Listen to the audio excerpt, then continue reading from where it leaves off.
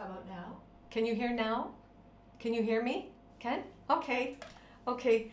Well, good morning, good evening. Welcome to A Course in Miracles and More. I was saying, when you couldn't hear me, that I like the more part because I always have so much to say, right? And one of the things I want to talk about, actually this lesson is, we can unpack this forever because there's so many pearls, some gems in there, like it's just crazy. So we will go into the lesson, but I want to talk about something I came across, which was an awesome book, and I'll tell you the author and all of that in just a minute. But before we get started, hi Dawn and Susan, yeah, before we get started, let's just close our eyes for a minute and tap in to the source of goodness, okay? So I'm going to ring this little bowl bell and go ahead and close your eyes. The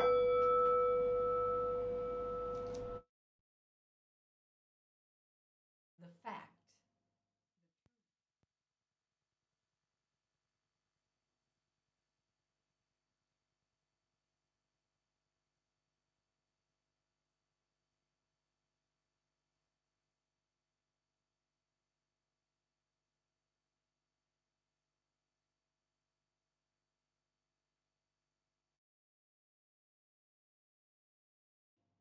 No? Can you hear me?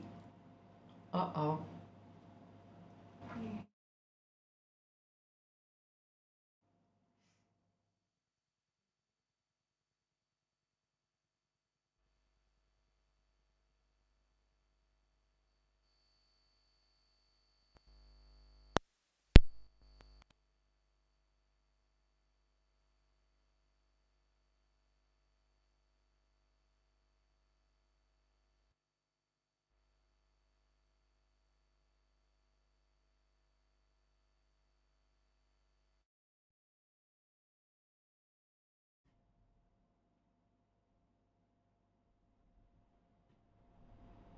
I think we're back. Are we back?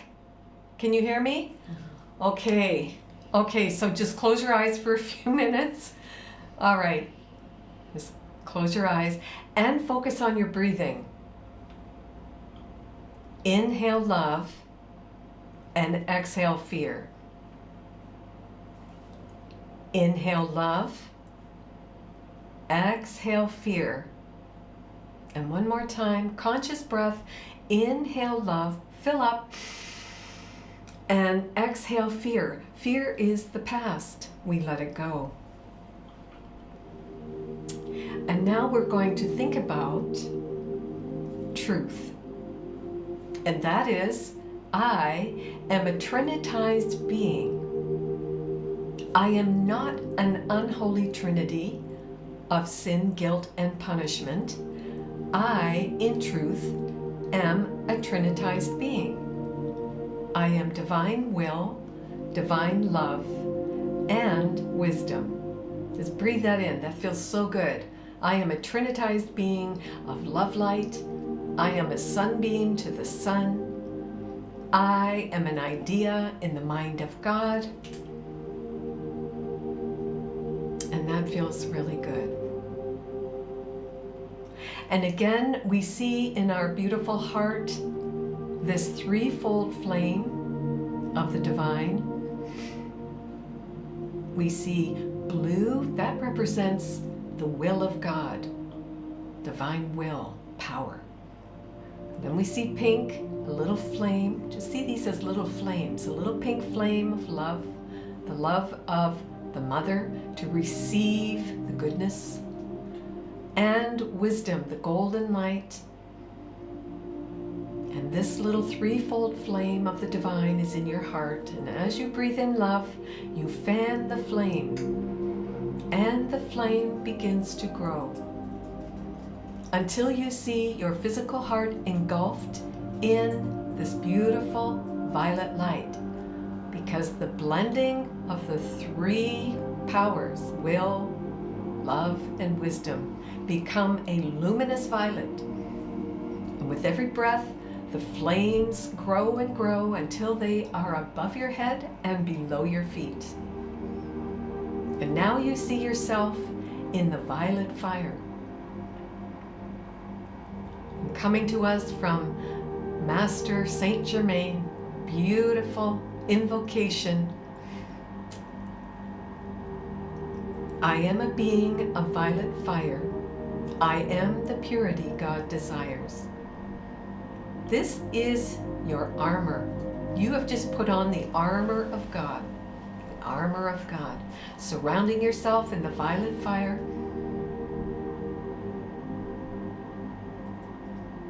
It's a beautiful thing. And now we quietly say in our heart, the light surrounds me. The light is in me.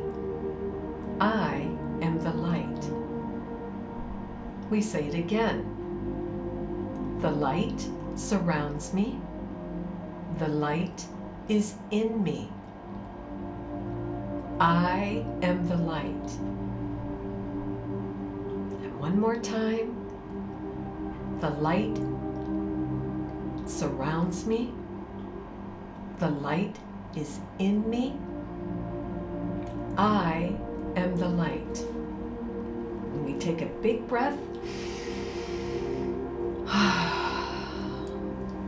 Seeing ourselves completely safe. We have no need to have defenses because we are always safe.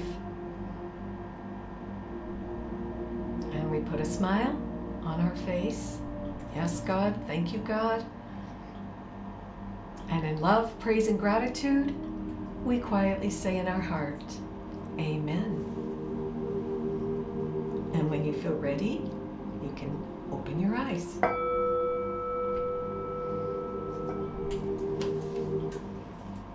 Okay, so I just love the violet fire. I find, like, you know, when the Bible talks about the armor of God, to me, the armor of God is seeing myself surrounded by the light.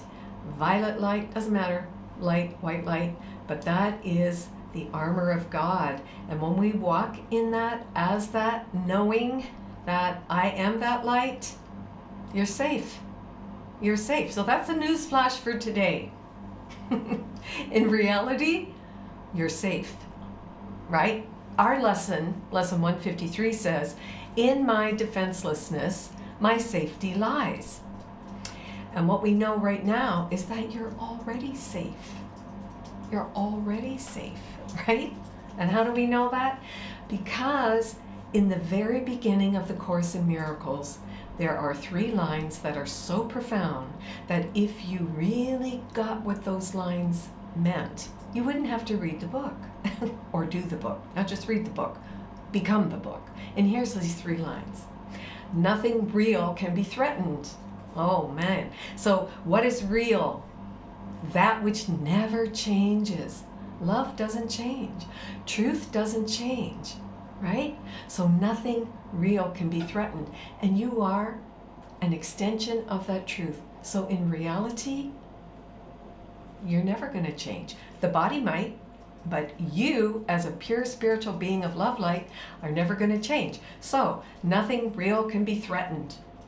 Nothing unreal exists. And you know, we have a whole list of concepts that we live by, roles that we play. We identify with these, you know, certain roles and concepts. Oh my God. And what are you really doing? What do you think you're really doing? All attached to these concepts, living by this identity that you made up? You're attached to an illusion. It doesn't even exist. I know, it's so crazy. And you defend that illusion. How about that one? All these concepts. Hi, good morning. Yeah. So, you know, just think about that. The concepts that you live by, you project out and you defend. But you don't have to defend. There's nothing to defend because you are safe Why? You are whole, perfect, and complete. So nothing real can be threatened. Nothing unreal exists. All these concepts you made up, they're not even real. Stop defending illusions, okay? And when you get this, when you know this to the core of your being, you can take a breath, because herein lies the peace of God. That's the whole crux of the Course in Miracles. It's so simple. But you know, we're complicated beings because we think too much, all right? So, okay, we'll go deeper into that, into the lesson. But first, I want to talk to you about a book that I read, and I thought, oh, I need to share this. Hi, Viv. I need to share this with everyone because it's so profound. So, you know how I ask you every week to ask yourself every day, every minute, if you need to, who do I say I am? Do I identify with what God says I am, whole, perfect, and complete? Or do I identify with the ego, my concepts, my interpretations, you know, everything that I made up? Which one do I identify with or as? Who do I say I am? All right, so I came across this book and it caught my attention because the title is, Who Do We Choose to Be? And I thought, oh, that's an interesting book. It's by Margaret Wheatley, and it's really good, okay? So it's called Who Do We Choose to Be? Facing Reality, Claiming Leadership, and Restoring Sanity, okay? And just that alone spoke volumes to me. So I devoured the book. It's actually an easy read, but I advise if you get the book, get a journal, because at the end of the chapters, she has questions. It's really good. It's a great self-help book, all right? She has a lot of insights. All right, so I'm gonna go through some of the questions that she asks, and I'm going to paraphrase some of them and add on to it. But I recommend getting a journal and really going into this, because we have become different people since 2019. When you say, go back before the pandemic, who were you? What's changed? Okay, so her first question is, she says, looking back to 2017, who have you become? That's a huge question. To really sit with that, with your journal, and write in full authenticity. Don't make it up. Don't lie to yourself, but be really honest. Who have you become? Now, I added a few things here because I thought, okay, you know, we're like artists. Someone paints the canvas and then we add more color, right? So here's what I added. How have you changed physically? Okay. How have you changed emotionally? How have you changed spiritually? And how have you changed mentally? Who have you become? It's so good to take an inventory of where you are now. The next question she asks is, have you changed? Have you changed? Are you angrier? Are you more peaceful? Are you hiding from yourself or from the world? Are you like isolating? Many people since the pandemic are really good at isolating because it did a number on their psyche. Not that it did a number on their psyche. They were thinking something that wasn't in alignment with God, the universe, source. And then you blame the pandemic, right?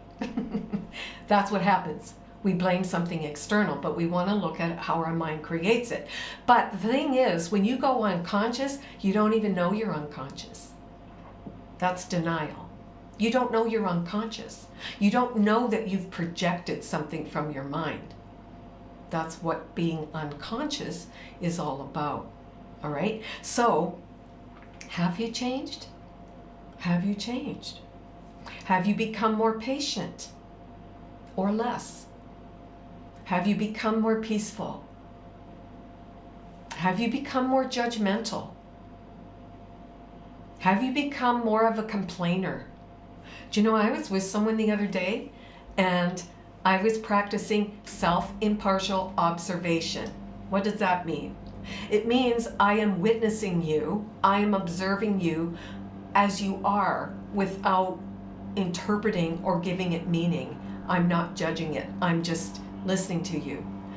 And the person I was talking to, the whole conversation, there was not one happy thing, not one good thing, not one peaceful statement.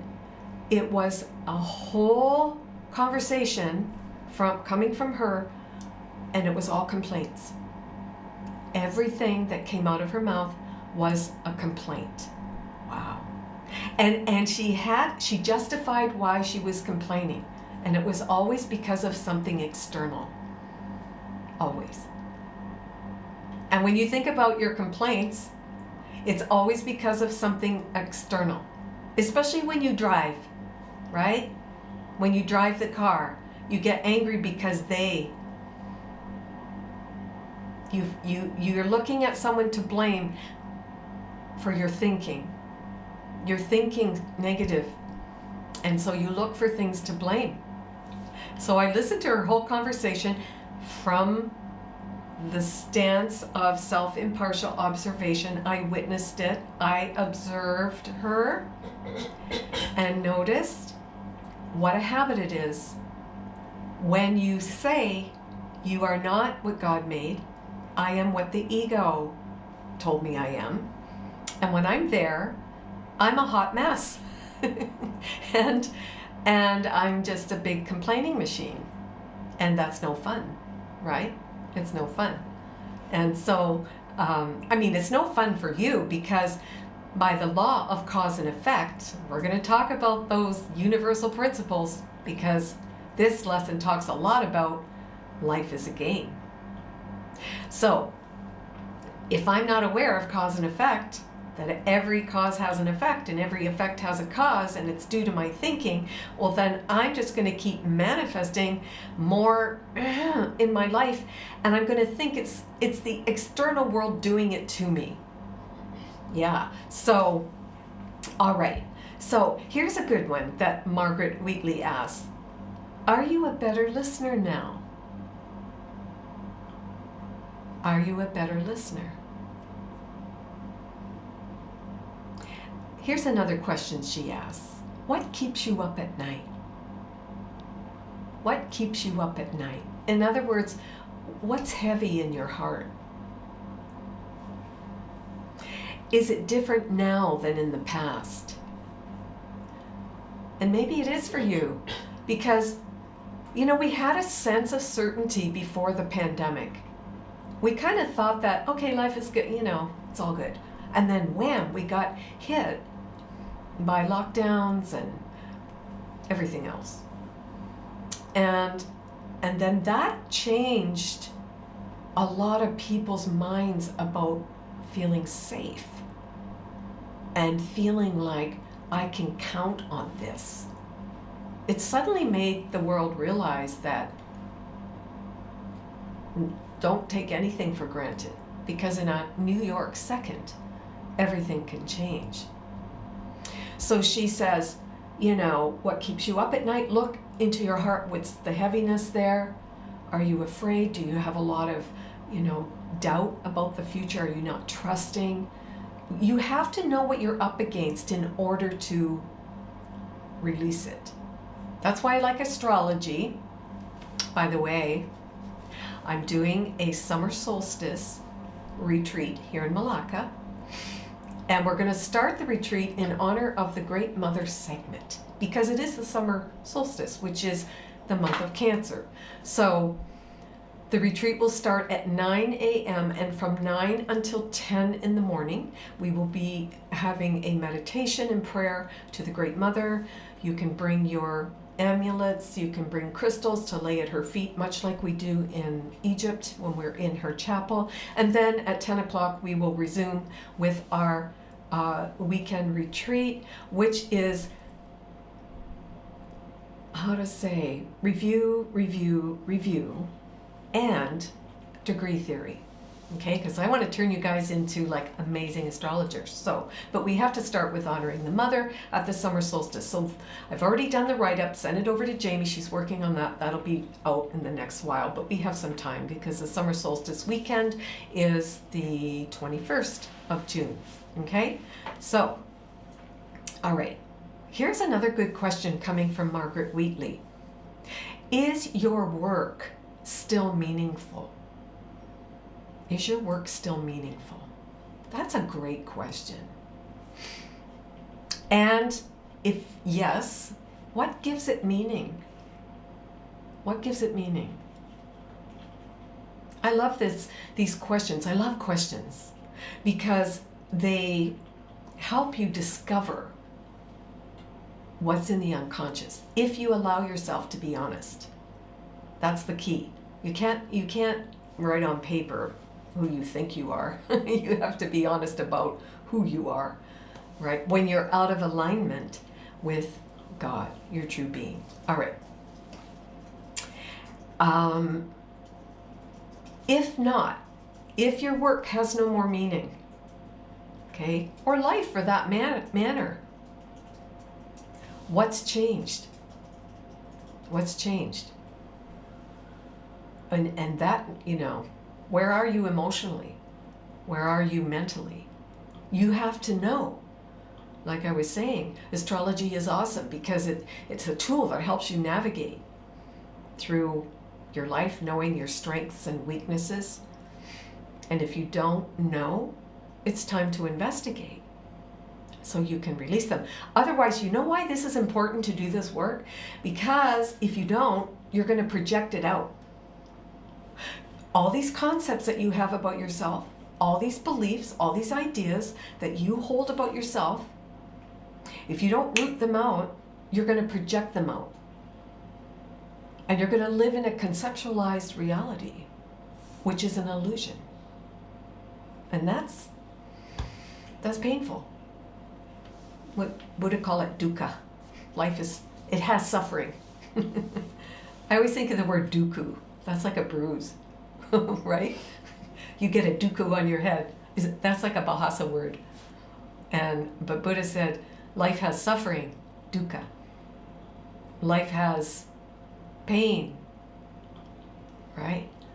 Life is unsatisfactory. It has unsatisfactoriness in it if we don't question it.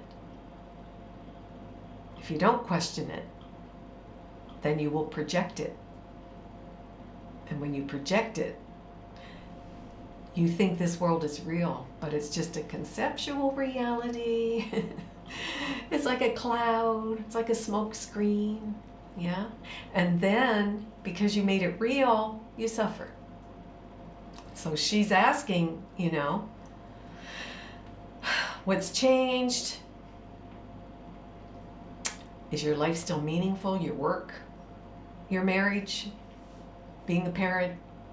All of that. Have you lost your juice? Have you lost your juice? And if you have, why? And I would say another way of saying this is the obstacles to the presence of peace, that's the smoke screen. If you remove all that, then there's beautiful you in reality as it is, witnessing and observing life with self-impartial observation. All right, so you have to know what's changed. What's changed over the last, Margaret says, 2017. What's changed for you? What have you made up? You've made up a story. And it's either a me story or it's a God is good story. You made it up. All right. Then she says, Name the emotions, good and bad, that you feel most frequently now. Oh, that is such a good. What emotion do you feel most frequently now? Let's talk about a bad one. Anger. Frustration. Why? What do you need? What's missing? What do you need that you are not giving yourself? How do you validate your life? How do you validate your life? That's a great question. Thank you, God. How do you validate your life? You see? You want to know, well, what are the good emotions that I feel? Joy, happiness. I feel the emotion of being kind when I'm kind. The emotion of being, compassionate towards someone. That feels so nice. So know the emotions that you feel more frequently now. And if you're feeling emotions of rage and anger and frustration and irritation and hostility, and there's something going on. It's your thinking. It's not the world. It isn't. It is not the world. It's your thinking. You have stinking thinking. Stinking thinking. That's the problem, right? And you have to want God in your body. The Force. May the Force be with you. Who said that in Star Wars? That little Yoda? Did he say that? Who said that? Was it? May the Force be with you, right? Where's the Force? Everywhere. It's everywhere. The Force is light. The light is around me. The light is in me. I am the light.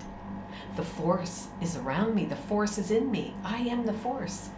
Obi-Wan Kenobi. Obi-Wan Kenobi. Thank you, Jamie. Use the Force. May the Force be with you. Use the Force. Use the Force for good. Whoa. All right. Then she says, or are you just coping with your life, treading water? Some people say to me, I just can't wait to go to bed tonight. I can't wait to go to sleep. Oh, no juice, man. Juice gone. I can't wait to go to sleep. No juice, no meaning. You feel like your life is meaningless. You have meaninglessness in your life, right? So I can't wait to go to bed. Oh, that's tragic. Life is short, and it is a gift to be in the body temple. You get to do this life. It is a gift that you get to do this. This is a gift that I get to sit here in front of you and share good news, share the word. I get to do this. Thank you, God. And because there's such an outpouring of divine light coming to us from the great central sun, it's bringing up all the darkness. And you can see this in the world. You can see this in your own life. It's the light. But what if you decided to sit under that light? No matter how you feel in that particular moment, you witness that you're feeling really lousy. You're having a crappy day. You know those days? And yet you say, I'm going to sit under the love and light of God in this moment and witness the crappiness that's going on in my mind. And I'm going to know that that's not me. I'm going to know that. And I'm just going to watch it. I'm not going to attach to it. I'm not going to make stuff up about it. I'm just going to watch it. It's an energy that needs to leave me, that needs to flow out of me. And it seems to be hanging out with me because I'm attached to it. I keep trying to figure out why I'm having a lousy day. You can't fix a problem, the old statement, from the place that you created it. The ego can't fix an ego. It'll just make up more stuff. You have to get into that space of emptiness and observe and witness the feelings, emotions, thoughts. You witness them, and then they leave you alone, right? And a lot of people now that write to me are saying, oh my God, Oh my God. They always start with, oh my God. I'm in a dark night of the soul. And I say, oh, that's so good. Because you're aware that you're in a dark night of the soul. They're like, what? I said, well, a lot of times when you're unconscious, you're not even aware that you're unconscious. You're not even aware that you're in a dark night of the soul. You just think it's you. You think it's normal. And the good news about being in that dark place, have you ever been in that dark place? I know you have. I have. And if I have, you have. It's just life. It's like Persephone. It's like in the mythologies. There's always a moment in time where you go into the underworld, the darkness of your own psyche. And when you go into this darkness, oh my God, it's like the chrysalis. Remember we talked about the chrysalis. You go into that and it's like, oh, you're in the goo. But when you come out of it, on the other side of it, there's a butterfly with a completely different DNA than the caterpillar. So it's almost like going into the goo, going into the dark night of the soul is a part of your awakening. We go through these darknesses, these dark moments.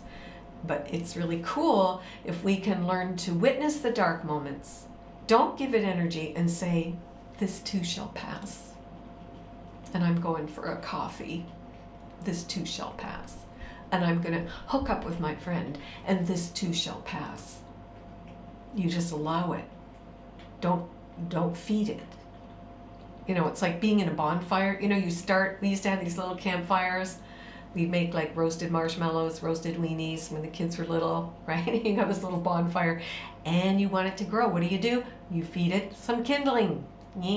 So these are more thoughts. You keep feeding this fire, these thoughts in your mind, and they grow and grow. And before you know it, you are in a hellish state of consciousness and you feel like you're trapped and you're never going to get out of it. So the trick is to learn to be present and to witness, observe what's going on, don't attach to it and let it be, but know what you're up against. Because oftentimes we go through these dark nights, we go through this frustration because we are lying to ourselves. You're not telling the truth to yourself about what you need, or you're living according to someone else's beliefs. You're not being authentic, right? And this leads to depression. This leads to sadness. We're always sad. Like, go back to lesson 5 in the Course in Miracles. I'm never upset for the reason I think, oh my God, I think I'm upset because I'm in a dark night of the soul. No, you're upset because you left God. You're upset because you disconnected from the source, from the force. Use the force and get back into alignment. Witness, be present, right? So this is what happens when we're not being authentic. And then what happens as we learn to be more authentic and we face our challenges, life is a challenge, meet it, says Satya Sai Baba. You will still have challenges, but you will handle these challenges differently as you stay in alignment and use the force in a positive way. Instead of reacting to the challenges, you respond in a healthy way, and you know that, hey, life is filled with challenges. That's why we're down here in Earth School, because we're learning to manage our energy. And we don't know how to manage our energy. We think we are that emotion and we get wrapped up in it, and then we're a hot mess again, right? So may the force be with you and use it in a wise way. That's what I'm working on. All right. So then Margaret Wheatley says, are you coping in treading water? Do you feel yourself being dragged down by something? It's like, I'm sinking. Or if you're the witch on The Wizard of Oz, you're melting. I'm melting, right? Do you feel like you're being dragged down? And who are you blaming for that? Whose fault is it that you're being dragged down? What's going on in your mind that's the cause of your feeling lower and lower and lower. Okay? Then she says, noticing where you are now. If things continue this way, where do you think you'll be in another 6 months or in a year? If you don't get a handle on this, where do you think you're going to be in 6 months? It'll be worse. It'll be worse. And then finally, I love this question. It's so profound. She says, we stop asking, what is meaningful to me? Once you do all this work, okay? Then you stop asking, well, what's meaningful to me? And instead you ask, what is needed here? What is needed here? And am I the right person to contribute to this need? These are really profound questions. And they sound so simple, but if you bring your journal into this practice and you really dig deep and become very authentic about your thoughts and feelings and everything else that's going on in your life, wow, you are coming to know yourself in the way that, I remember going to Greece and seeing on the Temple of Apollo, man, know thyself. What are you thinking? Who do you say you are? And like the title of her book is, who do we choose to be? And instead of putting the we there, you put your name. Who do I choose to be? Am I facing reality as it is? Am I claiming leadership in my own life? Or am I laying back like a victim, feeling like, oh my God, life is so short. You know, I just talked to my little grandchildren yesterday. They turned 13. I'm like, what? How did that happen? It's unbelievable. Life is so fast, and it's such a wonderful gift. So we need to claim leadership in our own life, and we need to restore our mind back to sanity, because it is insane when you don't claim your natural inheritance as this whole perfect and complete being of love light that is an idea in the mind of your creator. That is your natural inheritance. Everything that God is, you are. Everything. The only thing different from God and you is you didn't create yourself, thank God. Because with the mind like that, can you imagine? Well, just look at your life. God created you. That's the only difference between, it's like a 1 degree difference, right? Okay, so again, who do I choose to be? Her book is called Who Do We Choose to Be? Margaret Wheatley. And there's other chapters in the book, excellent, with wonderful questions at the end, but this came from the final chapter in her book, and I just thought, oh my gosh, I just want to share this because it is profound. Okay. Alrighty. Now, I want to talk to you next about the game of life. Because in this lesson, in my defenselessness, my safety lies, the game of life, or life is a game, is mentioned a few times. And you all know that for many years, I think like 20 years, I brought groups to see Sai Baba. Love Sai Baba's teachings. And he would often say, life is a game, play it. That's like a simple statement, but there's so much to unpack in that sentence. Life is a game, play it. Well, when you play a game, what's involved in the game? Right? What's involved in a game? We would say someone wins, someone loses. Right? We would also say that there are certain rules for a certain game that you're playing. If you're playing chess, there's rules to that game. And if you're playing football, there's rules to that game. So life is a game, play it. What I hear in that is that if I'm playing the game of life, then I need to know something about this game in order to win. Right?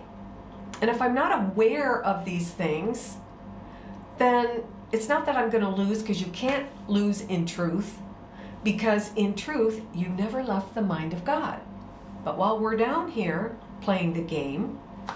You can have a happy dream and play this game happily if you know the rules or the principles or the laws that govern this game of life.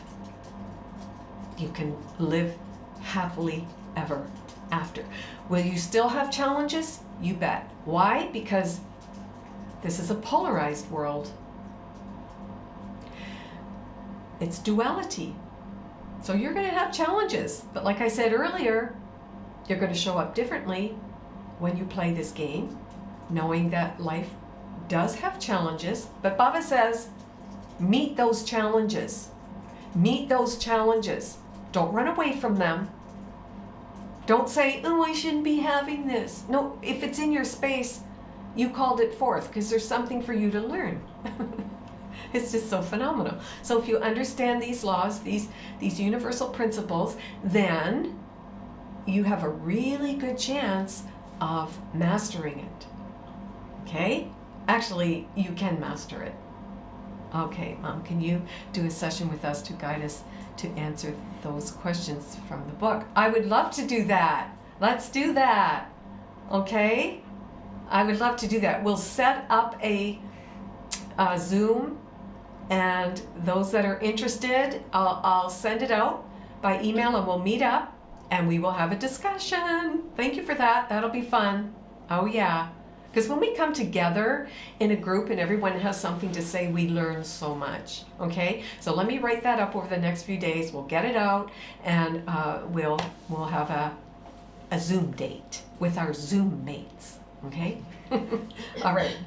So, where was I now? Okay, so here's a couple things from this lesson. I'm not going to read the whole lesson because in a nutshell, I told you in the beginning what this lesson means. Did you get it? You don't have anything to worry about. You're already safe because nothing real can be threatened. Nothing unreal exists. Herein lies the peace of God. When I know this, I'm at peace. That's what this lesson is saying in a nutshell. But we can unpack it, we can break it down, and we'll do that with little paragraphs that I pull out of it. All right? So here's one. Okay. Life is a game. The happy game is forgiveness. The ego's fearful games are of judgment. It's all a game. But through the grace of forgiveness, you play a happy game. So that's one of the paragraphs. Now another one says, salvation can be thought of as a game that happy children play.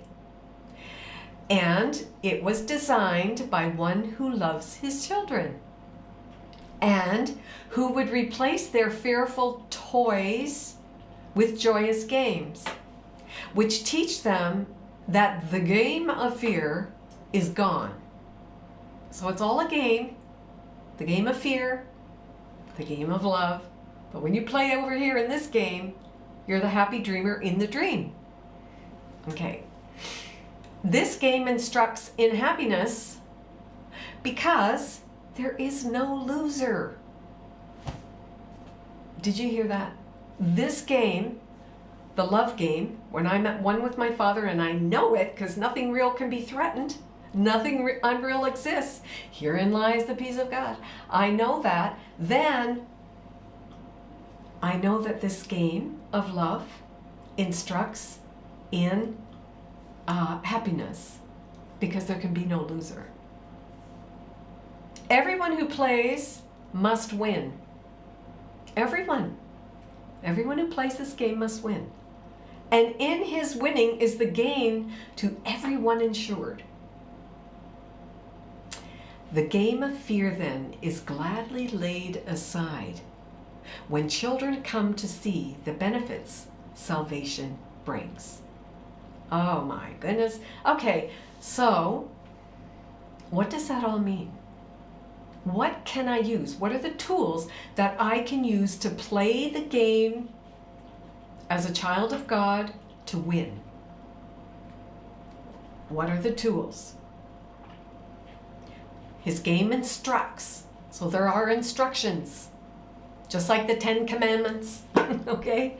There are principles, instructions in happiness, because there is no loser. All right, so let's look at the tools that I can use to play this game of life and win. And when I'm winning, I'm a self-impartial observer of life as it is. I am not attached to concepts, ideas, outcomes, nothing. I'm just observing. Do I still have emotions? Yes, of course. This is life. I have emotions, but I'm not reactive. If I feel sad, it's okay to cry. If I feel happy, it's okay to be silly. I'm not attached to anything. And I'm doing life, showing up, being at peace with what is. All right, so I love these principles. When I was a young girl, my father gave me a book. You all know I've talked about my dad, and he was an avid reader. And so he had, I don't know, books from the floor to the ceiling, this library. It was our dining room full of books. And he was a historian, and he loved metaphysical principles. And he gave me a book way back when I was like 14, 15, and it was the Hermetic Principles. It was actually called the Great Initiates. And it talked about these 7 universal laws or principles by which everything in the universe is governed. And when I read that book, I remember thinking, why didn't they teach this in school? Why didn't they teach this? If we understood these principles, we wouldn't be half as crazy as we are. At least we'd have a guide, something that makes sense to use, to practice in our life. All right, so here's what it says. Now you can get this book. It is called the Kybalion. Okay, you can get this book, the Kybalion. And I'm going to read to you from the Kybalion. There are 7 universal laws or principles by which everything in the universe is governed. The universe exists in perfect harmony by virtue of these laws. You are the universe. You are. Your body temple houses the spirit. You've got chakras, which are planets. You are a mini microcosm of the macrocosm. Okay? So you are governed by these laws as well. The ancient mystical, esoteric, and secret teachings, they date back to over 5,000 years. And they come from ancient Egypt, ancient Greece, and back even to the Vedic tradition of India, ancient India. All have as their common thread these 7 spiritual laws of the universe. Why didn't we know about these laws? We were told instead, thou shalt not steal. Well, that's a good thing. But you know what I'm saying? We were given commandments. Do you think a God of love is going to command? No, he's going to give you a set of principles to live by, that if you choose to live by them, you can win the game of life. Okay? Right? So, once you understand these laws and align with these laws, okay? Align yourself with these universal laws, you will experience transformation on all levels and in every area of your life. Okay? So that's why Baba says life is a game, and there are principles that if you live by these laws, the rules to this game of life, you will be successful. You can win. All right. Next in the Kybalion it says, there are 7 laws. All right. The immutable and the mutable. Of the 7 universal laws, the first 3 are immutable. And that means they are absolute. They can never be changed or transcended. The first 3 laws. They have always existed and they'll always exist. The other 4 laws, which are mutable or changeable, just like in astrology, we have cardinal, fixed, and mutable, which means can change, all right? These 4 laws, the mutable laws, are transitory. Mutable laws, meaning they will, where am I here? Meaning that they can be transcended or at least better used to create your ideal reality. Ooh, don't you want that? Don't you want to be the happy dreamer in the dream? Then align yourself with these laws. This is not to say that you should ignore these 4 laws or attempt to defy them, for even if you do, they will still govern your existence. So even if you're not like, I'm not listening to, they're going to govern your existence. They just are, because they govern the entire universe. All right. Your aim is mastery, self-mastery. Okay?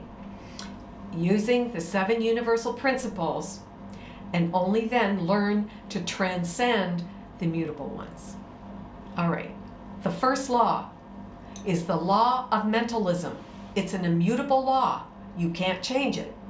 It is the first of the 7 universal laws, and it tells us that the all is mind.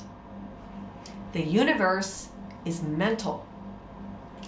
Everything we see, everything we experience in our physical world has its origin in the invisible, in the mental realm. That's a huge statement. We know that. We read this in the Course in Miracles, but really think about that. This glass is visible, but it started in the invisible. Okay. It tells us that there is a single universal consciousness, the universal mind, from which all things manifest. All things manifest. All energy and matter at all levels is created by and subordinate to the omnipresent universal mind. There's only one omniscient, omnipotent, and omnipresence. And everything else is subordinate to that. So, like, get over yourself. There is a higher order to this universe. There is a higher power. Your mind is part of this universal mind. In the Course in Miracles, we are told you are a thought in the mind of God. So the mind of God is in you, in the same way your mind is in God.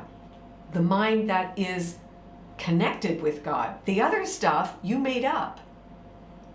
That which never changes is your mind in the mind of God. That which changes are concepts, beliefs, craziness that you made up. That's going to change. All right? So then, your mind is part of the universal mind. The same in kind, with the only difference being of 1 degree. Your reality, your conceptual reality, is a manifestation of how you think. That's it. That's why we walk into a room together. I see that, you see that. Because your conceptual reality is based on what's in your head. That's why you cannot control another person's mind or life. They are on their own journey. They are perceiving a world that comes from the invisible. And so are you. And so are all the 7, how many billions of people on the planet? Okay? Woohoo! This is mind power, guys. You projected your reality. The concepts that you identify with, you made it up. The role you identify as, I am a mother, I am a wife, I am a this, I am a that, and you're all identified and wrapped up in that role, you're going to project it out. And you're going to expect other people to kind of match what you say a wife is, or what you say a husband is, or what you say a whatever is. And if they don't match that, you're going to be angry. And that's defense. You're defending a concept, which means you are defending an illusion. The reality you live in is the manifestation of your mind. Woo! That's the first law, universal principle. Okay, The second law or principle is the law of correspondence. It is an immutable law. The second of the 7 universal laws tells us, as above, so below. As below, so above. This means that there is harmony, agreement, and correspondence between the physical, the mental, and the spiritual realms. There is no separation, since everything in the universe, including you and me, originates from the one source. All of us. I don't care if you've got a scepter in your hand and you're sitting on the throne like the queen. We all come from the one source. That's just the game you play, the role you play. That's just the manifestation of your mind. You're a king, yay you, right? Whatever. Okay, so the same pattern is expressed on all planes of existence, from the smallest electron to the largest star, and vice versa. We're holographic. Everything is connected. All is one. And that's what I was saying at the ancient temple of Apollo. I was so excited because I remember my dad saying, in Greece, in Delphi, we went there as a group. We'll go back to Delphi. It's amazing. And there it was. My dad used to say to me all the time, Dehyana, you got to know yourself. Man, know thyself. And when I saw that written on the temple, I was like, oh my God. It was like a full circle moment, right? Okay, know thyself, and thou shalt know the mysteries of the gods and the universe. All right. The third immutable law, means you can't change it, is the law of vibration. Okay? The third of the 7 universal laws tell us that nothing rests. Nothing rests. Everything moves. Everything vibrates. The third and the last of these immutable universal laws tell us that the whole universe is but a vibration. Every thought you think is a vibration. If you're complaining, if you're like loving, it's vibration. And when we go to Egypt, what are we learning? Everything is about sound, vibration, frequency, energy. It's all vibration. All right. Science tells us, it's confirmed it, that everything in the universe, all of us, all people, every human being, every dog, every fish, every snail, everything is pure energy vibrating at different frequencies. So my dog is vibrating at the dog frequency. The snail is the snail frequency. Everything is a frequency. The ACIM, like energy attracts like energy. So, hey, if you have something in your space that you're mad about, you're carrying that energy, and by this law of vibration, you are drawing that energy to you. If you try to make that energy go away by cutting them out of your life, you didn't get rid of it. You still have it in your unconscious. Another way of saying it is, all your past life experiences, everything that you have ever said, done, whatever, they're energetic patterns that you carry in your astral body, in your chakras, and you are drawing to yourself more of yourself. Like energy attracts like energy. Okay, upon which this law of attraction is based, all right?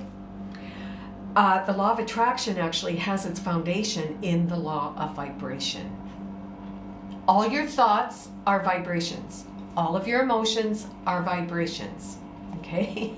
So you want to know, if I'm whining, if I'm complaining, if I'm angry, if I'm enraged, if I'm irritated, if I'm acting out, if I'm projecting it out, I'm feeding the devil. I'm feeding the demons. And I'm feeling more and more crappy as the day goes on. Just notice, because it's a vibration. Think of the lowest note on a keyboard, on a piano. You're down there. Ding! Way up here is a different frequency, a different vibration. So if you're not happy with the results that you're getting in your life, or you're not happy because you feel crappy all the time, you're doing it to yourself. You just are. And unless you own it, you can't change it. You won't change it. And here's the thing. You don't know that these first 3 lines in the Course in Miracles wraps it up in a beautiful gift for the present moment, which says nothing real can be threatened. Nothing unreal exists. Herein, when I know this, I'm at peace. The problem is, you don't know that. That's why you complain. That's why you carry on. That's why you're not doing the work to keep the vibration high. You somehow think it's going to change. It's just going to change. Something in the world and the external is going to change, and then you're going to be happy. Right? Oh, it's just, I'm going to go shopping. I'm going to buy a new dress. And then, okay, I'm going to be happy. I'm going to go golfing. It's going to be good. I'm going to take a trip. Everything's going to work out. It's going to be fine. And then it's just the same, because the thinking is stinking. It's low vibration. Okay, so these 3 laws are so powerful, and the whole entire universe is governed by these 3 laws. If you apply these laws, align yourself with these laws as you play this game, you can transcend it. Not modify your behavior, but transcend the behavior. Okay, let's go on to the last 4 laws, which are mutable. The law of polarity is number 4. The 4th of these 7 universal laws says that everything is dual. Everything has poles.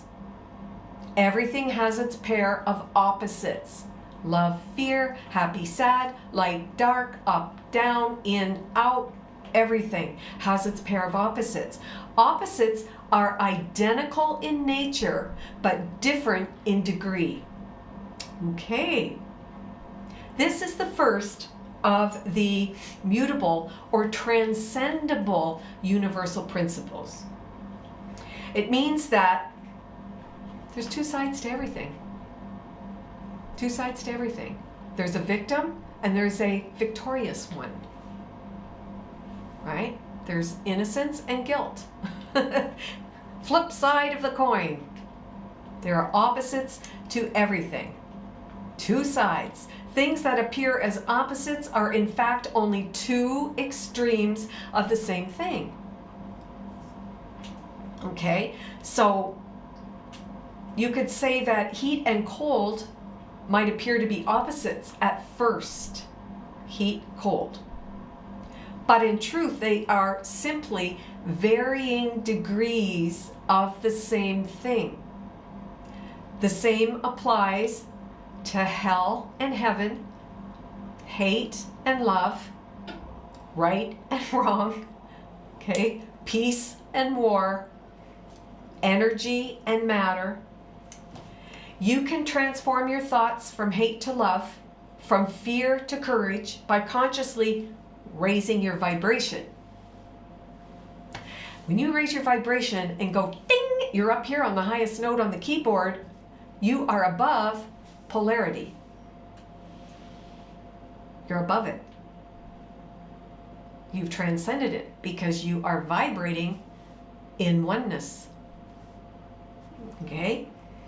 And this is what the ancient Hermetic teachings were all about. When we go to Egypt, we learn about this. Hermes or Thoth, the great Atlantean, is the bringer of the 7 universal principles. This goes way back. Okay. The law of polarity includes the principle of duality. Okay? And all of this appears to be really real in your life down here, but it operates only in the physical and the mental realms, not in the spiritual realm where all is one. There is no polarity, duality in the spiritual realm. There's just oneness, all-inclusive oneness. All right, let's look at the fifth universal principle, the law of rhythm. This is mutable. The fifth of the 7 universal laws tells us that everything flows out and in.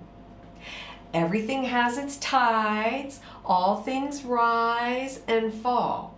The pendulum swing manifests in everything. Just look at your life. You thought it was going to be like, oh my God. And then it went back. And then it was like, oh, that's so good. And then it went back, right? The law of rhythm. Everything, okay, the pendulum swings in everything.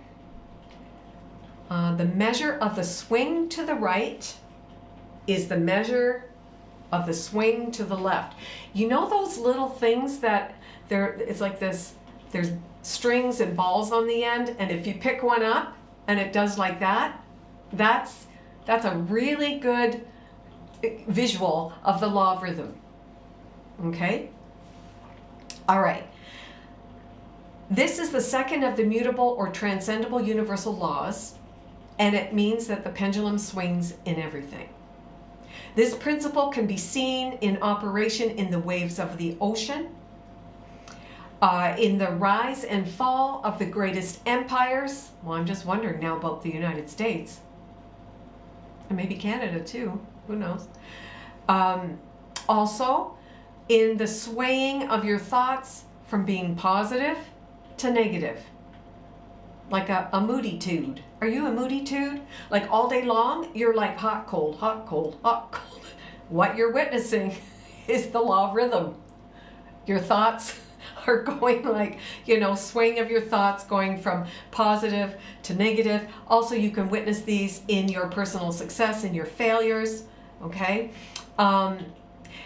In accordance with this law, when anything reaches a point of culmination, then the backward swing begins almost unnoticeably until such a time that any forward movement has been totally reversed.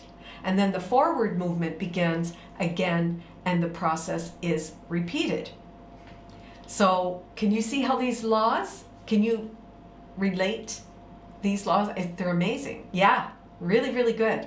Why didn't they teach this in school? Okay, number 6 law. This is the law of cause and effect, another mutable law. The 6th of the 7 universal laws tells us that every cause has its effect, and every effect has its cause. In accordance with this law, every effect you see in your outside or physical world has a very specific cause which has its origin in your inner or mental world. It's there because of how you think. You're noticing it and being triggered by it because of how you think. This is the essence of thought power. Every one of your thoughts, words, or actions, it sets a specific effect in motion, which will come to materialize over time. To become the master of your destiny, you must master your mind, for everything in your reality is a mental creation. Everything. Like the Matrix, there's no one out there, Neo. You are the angles, the aspects, the people, the things, the everything. You are all of it.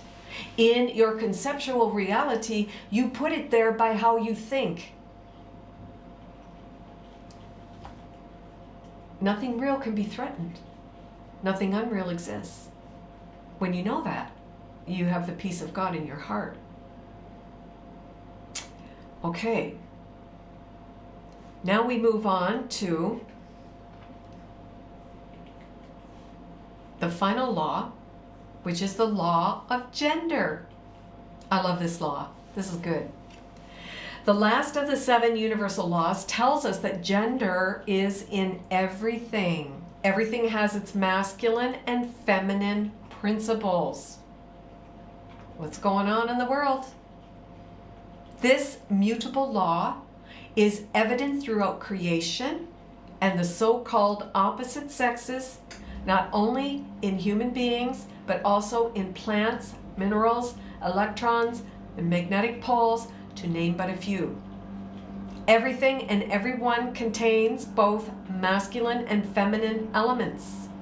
Among the outward expression of feminine qualities are love, patience, intuition, gentleness, and of masculine qualities are energy, self-reliance, logic, and intellect. We must come to know and understand that within every woman lies all the latent qualities of a man, and within every man lies those of a woman. When you know this, you will know what it means to be complete.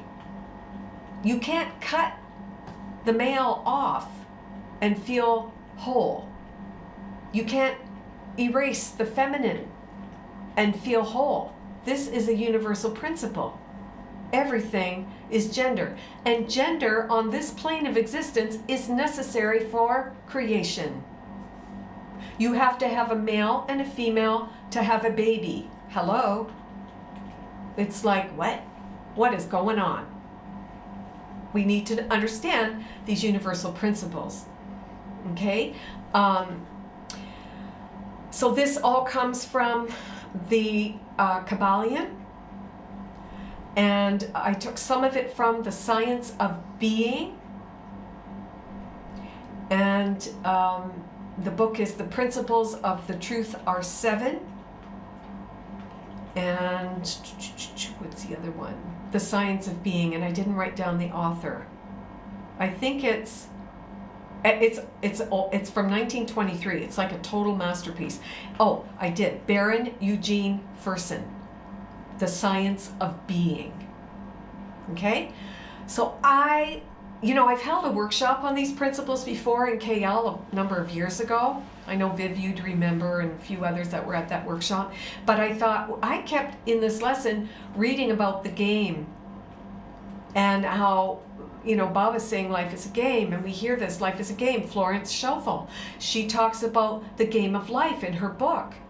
And it's all taking us back to understanding these 7 universal principles, which when understood and you align yourself with these principles, you can transcend duality. You can live a happy life. You can be the happy dreamer in the dream. Why not? But if you don't live by these principles, like just that first one, like everything is mine right there. Everything is mine. The all is mine. You're thinking everything into existence, from the invisible to the visible, the law of correspondence. As above, so below. The law of vibration. Where are you vibrating? We hear that all the time. But I've got to, and I do it to the best of my ability, sometimes I can feel myself vibrationally drop. Like a thermometer that was in the freezer or in the heat, and I put it in the freezer and it goes, I can feel myself vibrationally dropping. But because I have awareness, I go, oh no you don't. No, let's not go there. Let's not go there. This is mastery. It's not letting the world dictate you. It's recognizing that the world you see and how you react to it is the meaning you give it by how you think. If I am vibrationally in a space of hell, then I'm angry, irritated, frustrated, fed up. I'm projecting my concepts onto you. If you don't live up to my conceptual reality of what I think you should be, I'm going to be angry. I'm going to, But if I do the best I can and I ask for the help of the Holy Spirit that's in me, restore my mind, restore me to sanity, that I look out and I see that I'm being triggered by my own thoughts. And in my defenselessness, my safety lies. Because in reality, I'm already safe. And there's nothing to defend. But I'm defending my concepts. Just think about Really give it thought. You can add that to the list with Margaret Wheatley's work.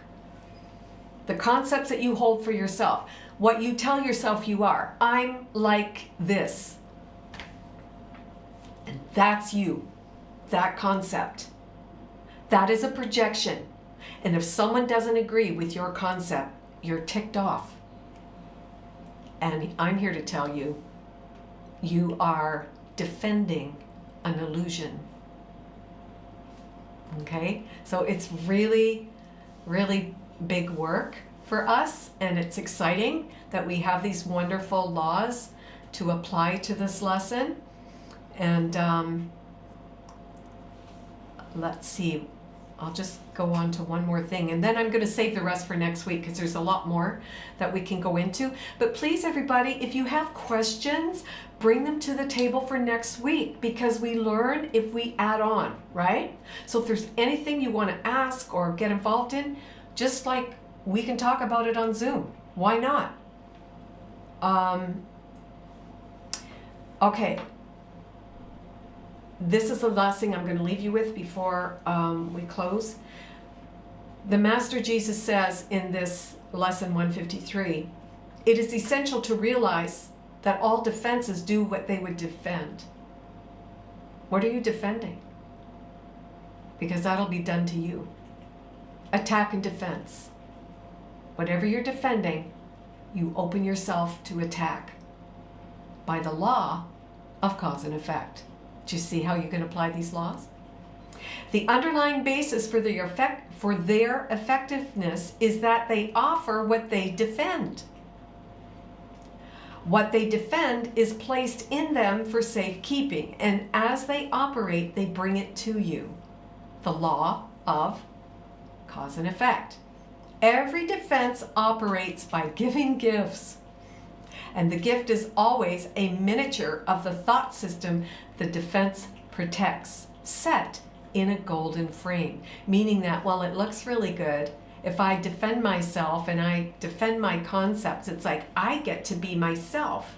See, the ego never wants you to know that you can choose again, that you are the decision maker, and at any given time you can choose again. It does not want you to do that. It is invested in keeping you mindless, meaning that you're not aware that the mind of God is in you. It wants to keep you mindless so that you're at the mercy of the external. So it sets all of this in a golden frame. Another way of saying that, it's like putting lipstick on a skeleton. We're going to jazz it up, make it look good, but there is an agenda there. What you project, you defend. It's a concept that you've projected. You're living in a conceptual reality, and now you are open to be attacked. And then what do? We put up the sword, the shield and the sword to defend again, and this loop of attack and defense goes on and on and on, because you have not transcended it by using the law of cause and effect. Life is a game, play it. Life is a challenge, meet it. You have to know what you're up against, and if you're playing any game, doesn't matter what it is, you have to know the rules to that game. And there are principles, universal, that apply to life school. Okay? So I'm gonna end here, because I think that's a lot for this morning. And but I will put together a night that we can meet online and discuss Margaret Wheatley's book. So in the meantime, everybody, maybe I'll wait like why not you all, everybody that wants to be involved in this Zoom meetup with Margaret Wheatley's book, can you please write Jamie and let her know? You can download her book on Kindle, and then we will spend time on these questions. But I want you to read that chapter and, you know, the questions, and then we can meet up and talk about all that. All right? You can send me a message either on Facebook or send me an email or WhatsApp. Okay, did you all hear that? You can send message, WhatsApp, or Facebook to Jamie. Perfect. And Mom, do you want to take a question about today's lesson? Any questions, please? There's your headset there. Oh, here. Yeah. Okay, this is Joyce. Just give me a second, Joyce. I'll ask you to unmute. Okay.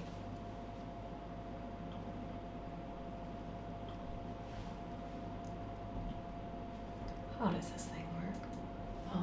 See? Like that? Other ear. This ear? Yeah. I'm not like technically inclined, and that's okay. There you go. Oh, good. Okay. Loud and clear. All right, Okay. Joyce. Hi, Mom. Hi, Joyce. Hi, Mom. Hi. Yes. Hi. Okay. Nice meeting you again. No- Okay. I experienced something yesterday about this defenselessness. Okay. Okay. You again. No- Okay. I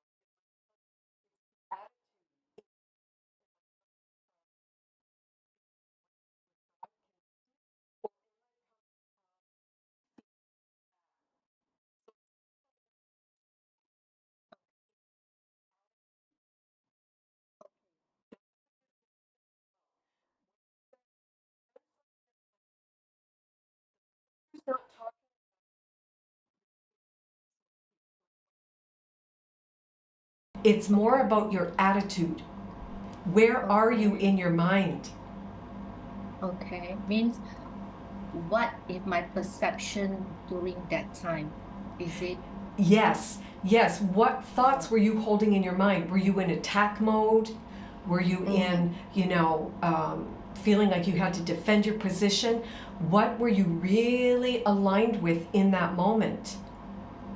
Were you judging them, making them wrong? Or were you simply coming from a place of, I'm an auditor and by rights, in this game, because everything's a game, in this game of auditing, I need to be aware of everything that's going on, right? yes? So in that game, you're playing by those rules. Mm-mm. And then you're getting attacked. You feel that you're getting attacked if you are standing in the ego's mind. If you're standing in fear, you're going to feel that they are attacking you. Yes, yes. Okay. I feel that the trust, they attacking my trust. Okay, so that means that you are not standing in the light. because Okay. you are being, you feel victimized by them, and you feel like they are attacking your trust, which it means you have a concept called, I'm trustworthy all the time, and this is just who I am. I'm very trustworthy. And so now that they have an opinion, right, you are triggered. Okay. You are triggered. So it doesn't mean that you shouldn't sign or you should sign.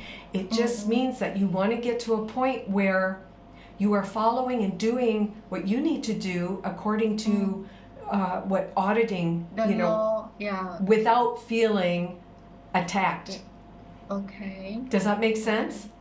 Yes, yes. Yeah.